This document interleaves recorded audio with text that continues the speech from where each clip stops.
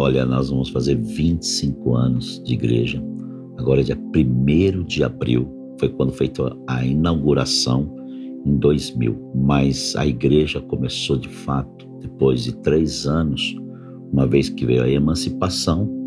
Aí então, no dia 5 de abril, ficou exatamente a Igreja Batista Ministerial da Família, chamada IBMDAF hoje. E eu cheguei na Igreja da Lapa em 1982. Fiquei 15 anos nessa igreja. Aí, no entanto, houve uma chamada para o pastor Paulo, que hoje é o apóstolo Paulo, ali na Igreja Batista Menorá. Fiquei por um período de 5 anos trabalhando com jovens. Na época, o pastor Paulo, ele me chama para um desafio lá no Jaraguá. No meu coração, eu tinha o desejo de ser um pastor auxiliar, mas já entendia também a convicção do chamado pastoral para a minha vida. Seria mais confortável ficar por aqui mesmo, mas o chamado que Deus tinha para a minha vida foi muito mais forte do que isso. E quando chegou o desafio, eu falei assim, olha, eu topo. Tremendo, um pouco assustado, porque você conduzir uma igreja não é simplesmente pregar, não é uma aventura. E alguns dizem, eu vou abrir uma igreja, e na verdade não se abre uma igreja, nasce uma igreja. Hoje fazemos 25 anos, para nós é assim, maravilhoso e um desafio muito grande. E nós não temos essa trajetória, tem muita coisa a ser feita ainda. Muita coisa. Foi uma loucura, sim, porque foi um desafio que nós não fomos com uma equipe, né? Então era literalmente o eu-equipe, né? Nossa família, apenas nossa família. O eu-equipe. O eu-equipe. Então, nós tínhamos que limpar a igreja, nós tínhamos que cantar, nós tínhamos que recolher dízimo, nós tínhamos que cuidar das crianças, nós tínhamos que fazer um pouco de tudo, né? Algumas pessoas nesse período nos ajudaram, né? No louvor, porque no começo o louvor foi bem complicado, né? E por isso que foi realmente algumas vezes eu me via e falava assim, meu Deus, o que nós estamos fazendo, né? Será que é isso mesmo que Deus quer? E Deus confirmava a cada dia, né, no nosso coração que era isso realmente, que Ele estava no controle de todas as coisas, mesmo a gente não entendendo muitas coisas. Traz a memória agora, porque quando você sai de uma igreja totalmente estruturada, Igreja da Lapa, por exemplo, estrutura, tal, então você já sabe os bastidores, você conhece as pessoas, existe esse vínculo. Aí você sai dessa igreja onde tem uma estrutura, você vai para uma outra igreja e começa, e você trabalha, desenvolve o trabalho, e você também vai crescendo em muitas áreas, né? Eu também cheguei a fazer seminário, mas sabendo do momento que Deus tinha para mim. Quando eu entendi o chamado para minha vida, eu tinha alguns convites para eu participar de outras igrejas, mas eu não fui. Até por uma questão, você é meu amigo, mas eu não vejo essa questão de amizade com o ministério. Eu separo muito bem essa questão de amizade e ministério. E como eu entendia e tinha convicção no meu coração e a amizade não poderia me influenciar, então eu esperei o momento certo e a hora certa para Deus nos conduzir. E realmente foi assim, desesperador, porque eu lembro do primeiro culto, inclusive, na inauguração, 17 pessoas. Na inauguração foi assim, pum, mas quando foi no dia seguinte, domingo, primeiro domingo do mês, tinham apenas 17 pessoas. E tem um detalhe que a Valéria lembra, que chegou um grupo de pessoas quando chegou e viu a inauguração da igreja, e acho que até foram também, mas quando foi no dia seguinte, o grupo que chegou lá, falei, cadê a igreja, cadê aquele grupo de louvor e tudo? E era um grupo de pessoas, não sei mencionar quantas pessoas eram, aí, eu falei, não, é só nós. Aí o pessoal, da forma como eles estavam entrando, começaram a dar ré. Foi desesperador. E aí eu fico pensando, aonde eu fui amarrar meu jegue? E acabou o culto, eu nem falei amém, o pessoal tinha ido embora. Deu tempo de eu fechar a igreja e ainda tomar ceia na Igreja Batista Menorá. Foi difícil. Eu ficava assim pensando, meu Deus, tava tudo fácil para mim ali, tudo sozinhos, mais confortável. Aí tinha, a Valéria, meus filhos, o Felipe, a Rebeca, ainda criança, amizades que eles tinham na igreja, os relacionamentos, aí ter que ser cortado assim de uma hora para outra.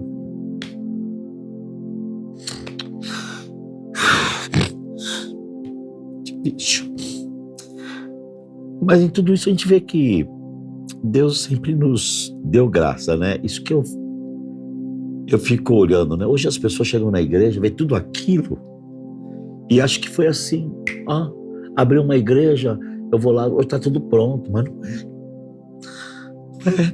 As pessoas não têm ideia, hoje as pessoas estão mais confortáveis, estão mais tranquilas. Sei que tem muita coisa a serem feitas na igreja, muita coisa, mas dentro da nossa capacitação, dentro do nosso esforço, Não somente eu, mas dos meus filhos, né, que tem assim, tem sido no braço direito, e Deus tem mandado pessoas também ali. Deus tem mandado pessoas ali. Eu não posso ignorar isso, né? Mas eu falo assim, as pessoas que realmente começaram, que eu tive palavras de pessoas falando assim, não, eu vou lá para te ajudar, eu vou lá e tal, mas é só palavras, que todo começo é difícil. Quando está estruturado, a pessoa chega e já vê tudo aquilo e tal, eu falo assim, meu, não é nada disso, tem muito mais para a gente fazer nesse lugar. Então eu louvo a Deus assim pelo desafio que Deus deu a nós. Eu entendi o chamado, o propósito, e eu falei assim, eu não tenho prazer em outra coisa a não ser servir a Deus. Quando eu estou ali, eu tenho prazer de estar limpando, de arrumando as cadeiras, de fazer uma coisa ou outra. Banheiro da igreja, como Banheiro hoje. da igreja. Quantas Sifão da vezes igreja. limpamos a igreja?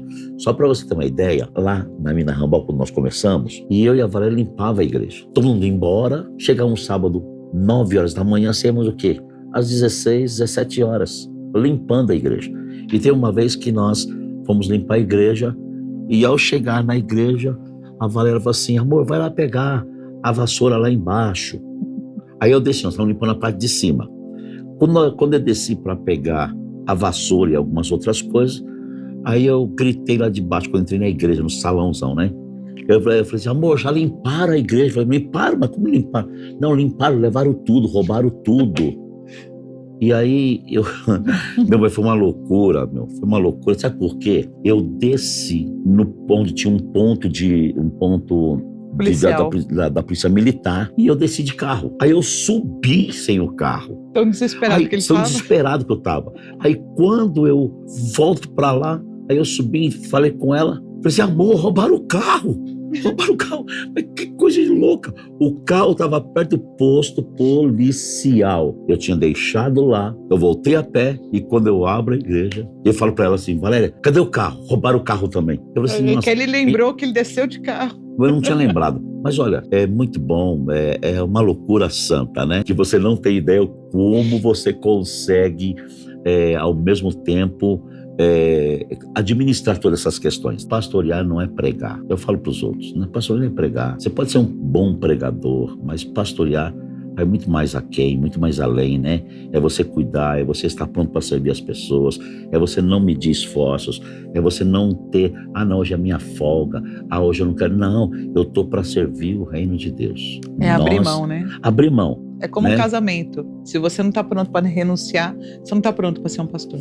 Eu quero até falar uma coisa aqui. Eu não vou morrer pela igreja. Eu sei que eu tenho que desempenhar o meu trabalho com excelência para o reino de Deus. Porque já alguém morreu. Jesus já morreu. E ele é o noivo. E a noiva é a igreja. Agora ele deu a incumbência para que eu cuidasse dessa igreja. Eu vou prestar muitas contas a Deus do que eu estou fazendo. Então eu faço com excelência. Eu amo o que faço e eu quero deixar um legado para aqueles que estão chegando, para aqueles que ainda estão, para aqueles que têm se comprometido não comigo, em primeiro lugar, mas com Deus e com a igreja local. Na comunidade nós estamos vivendo, ali pregando a palavra.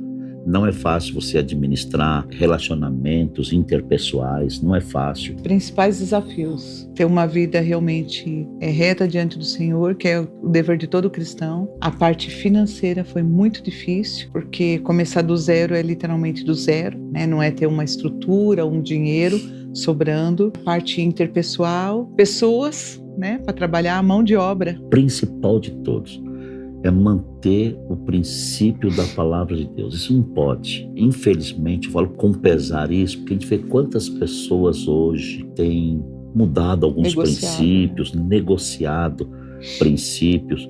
E até me faz uma menção aqui do pastor Davi Clava, que ele sempre falou, e isso eu guardei no meu coração até hoje, falou assim, filho, pregue santidade. Isso eu não negocio. Eu me policio, não sou perfeito, nós não somos perfeitos. Eu sei que as pessoas que chegam na igreja também não são perfeitas, mas eu não posso negociar pecado, porque os princípios, Deus está acima de todas as coisas. Talvez eu seja um pouco assim, pulso firme nessa questão, porque sabe aquela questão de a gente ter a pessoa? Não tem importância, irmão. Continua. Não, não é. Ou é ou não é. Ou nós procuramos melhorar, se arrepender dos nossos pecados, porque quando se fala de cruz, fala de arrependimento, de você não negociar. Então, para mim, isso é um ponto muito importante.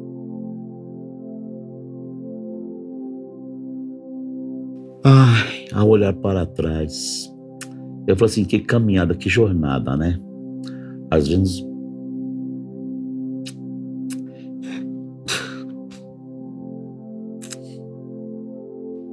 se sentindo incapaz de fazer uma grande obra que Deus tem confiado a nós, porque não é fácil, sabe? Abrir igreja não é assim, e alguns pensam que é. Então, quando eu olho para trás, que quando nós começamos, e eu, assim, quem vai me ajudar? Até procurando, né, alguém que pudesse falar assim, "Ô, como você está? Como estão andando as coisas?" Eu não tive, assim, não sei, esse detalhe, né, esse cuidado, talvez, né, não porque as pessoas erraram, mas talvez é porque eu precisava mesmo, e eu me sinto desse jeito. Eu vou ser sincero, né, eu me senti desse jeito. Não culpo ninguém acerca disso, não atribuo a responsabilidade, a culpa a ninguém, mas eu tinha essa necessidade. Então, quando eu olho para trás e depois você vê, né, hoje Deus faz tantas coisas, liderança, nós temos essa liderança que eu não posso deixar de falar, né? Líderes abençoados, pessoas abençoadas, pessoas que têm somado conosco, cada um dentro da sua capacitação, cada um dentro da sua possibilidade, cada um dentro do seu tempo, seus limites. Então eu não posso ignorar aqui nenhuma pessoa. Eu também não posso nem mencionar um nome sequer, porque eu vou ser injusto se eu esquecer o nome de outras pessoas. Tanto é que eu e a Valéria, nós não poderíamos fazer nada. Primeiramente, nós precisamos da ajuda do alto. Se nós não tivermos ajuda do alto, não é palavra de autoajuda que vai ajudar você. É a ajuda do alto que vai fazer e capacitar nós, olharmos para trás e ver assim, olha, quanto nós já andamos. Então, eu vejo que nós já andamos assim já alguma milha, e a cada passo nós estamos dando, nós temos sido abençoados e avançando cada vez mais, né?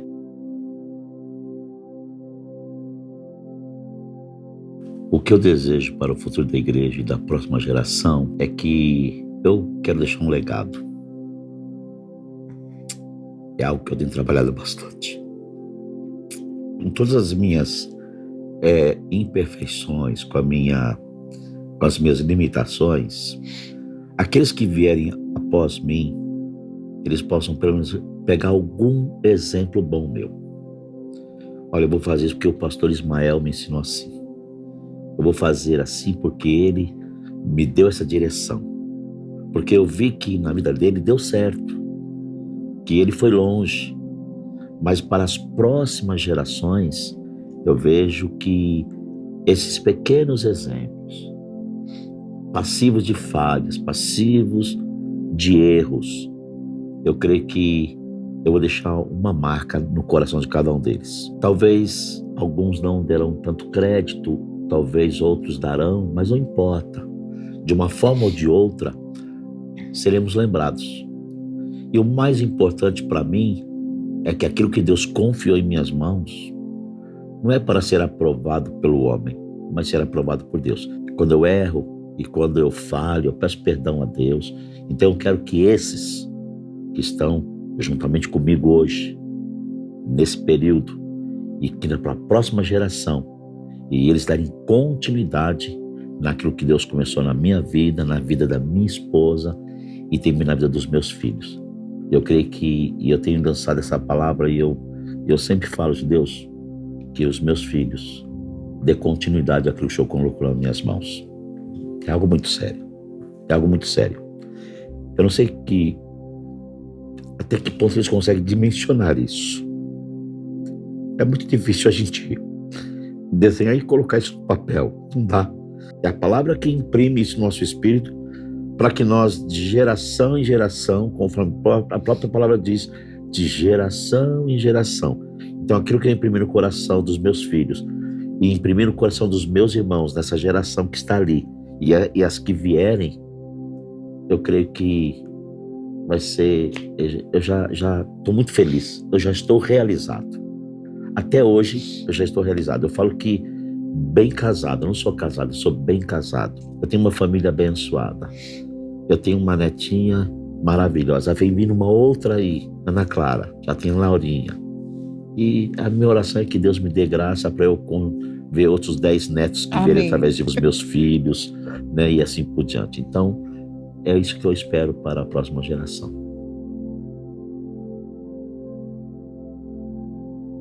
Há 25 anos, o que eu poderia falar sobre 25 anos? Primeiro, gratidão a Deus. Nós não merecemos nada, mas a gratidão, ela cabe em todo momento. Eu aqui expressando o meu carinho, eu dizia assim há muitos anos atrás, ainda quando criança, e meu pai, ele foi um pastor de igreja, eu não entendia todo esse processo, e quando eu entendi esse chamado de Deus, então a gratidão que eu tenho é que Deus me deu o privilégio de dar continuidade ao ministério que meu pai um dia exerceu.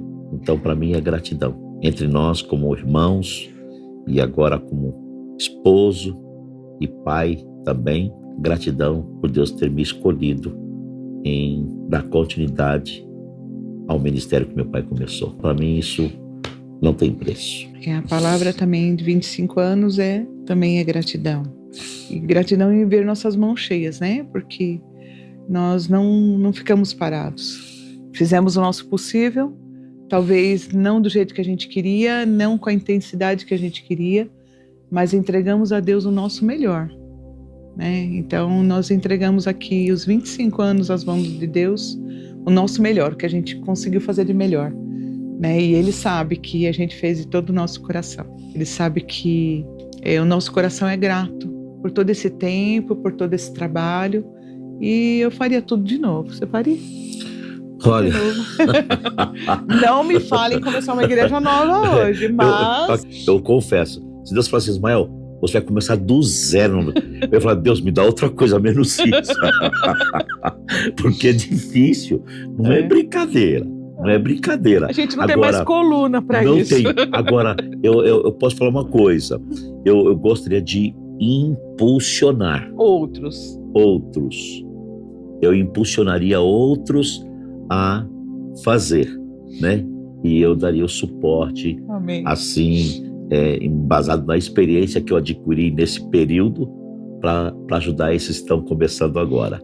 Então, isso é prova de gratidão. Isso é um privilégio de poder impulsionar outras pessoas, não matar. A Valéria estava comigo em um determinado local e essa expressão foi maravilhosa. Falou o seguinte pra gente, nós trabalhávamos com jovens, né? E ele falou assim, o segredo é não corte as asas, direcione o voo. Achei lindo isso. Né? E isso ficou realmente no nosso coração. A gente estava iniciando a igreja e ele falou isso pra gente, isso ficou marcado no nosso coração. Então não corte as asas, direcione o voo. E é isso que nós temos feito. É o que eu tenho falado para alguns, pessoal, eu não quero cortar, não quero podar você, eu quero que você voe, eu quero que você vá mais longe. Então, gratidão a Deus. A Deus. Então, eu creio que assim eu tenha cumprido uma parte só, não totalmente, porque ainda estou vivo, graças a Deus. Eu estou cumprindo uma parte daquilo que Deus confiou em nossas mãos.